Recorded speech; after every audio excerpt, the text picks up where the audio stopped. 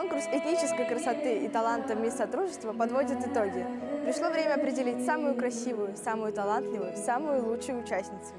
В Конгресс-холле Таратау собрались 7 участниц уникального конкурса. Вы всех их знаете по еженедельному проекту детского юношеского телеканала «Тамыр». «Этнокраса» – дневник конкурса «Мисс Сотрудничества». Представительница одного из народов, населяющего наш Башкортостан, рассказывает о своей культуре, обычаях, традициях. И вот настал момент истины. Пришло время выбрать самую лучшую. Цель проекта в том, чтобы показать, какое количество национальностей у нас живет в республике.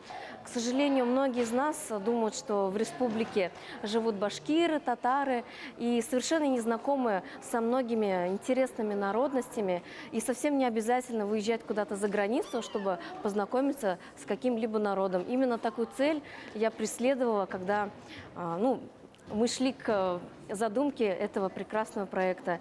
Поддержать участниц пришли друзья, родственники и, конечно же, постоянные зрители. В финале красавица ожидает разнообразные испытания. Творческий номер, интеллектуальная викторина, этнодефиле и, конечно же, самопрезентация. Задача у жюри непростая – выбрать одну из 7 достойнейших. Зрители в ожидании вердикта. Почему ты пришла на этот конкурс? Я каждую неделю смотрю выпуски этого шоу, и вот я наконец-то пришла на финал, чтобы поболеть за участниц. Я считаю, что в наше время очень важно чтить традиции своего народа. Все девушки все знают про свой народ, очень интересно про это рассказывать. Я сама башкирка, но я знаю историю своего народа, но не в таком объеме, конечно, поэтому это очень похвально. Как тебе финальная церемония?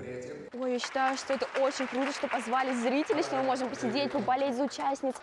Напомню, что конкурс этнической красоты и таланта «Мисс Сотрудничества» в этом году проходит в телеформате. А это значит, что наблюдать за успехами конкурсанток возможно лишь в эфире главного телеканала республики.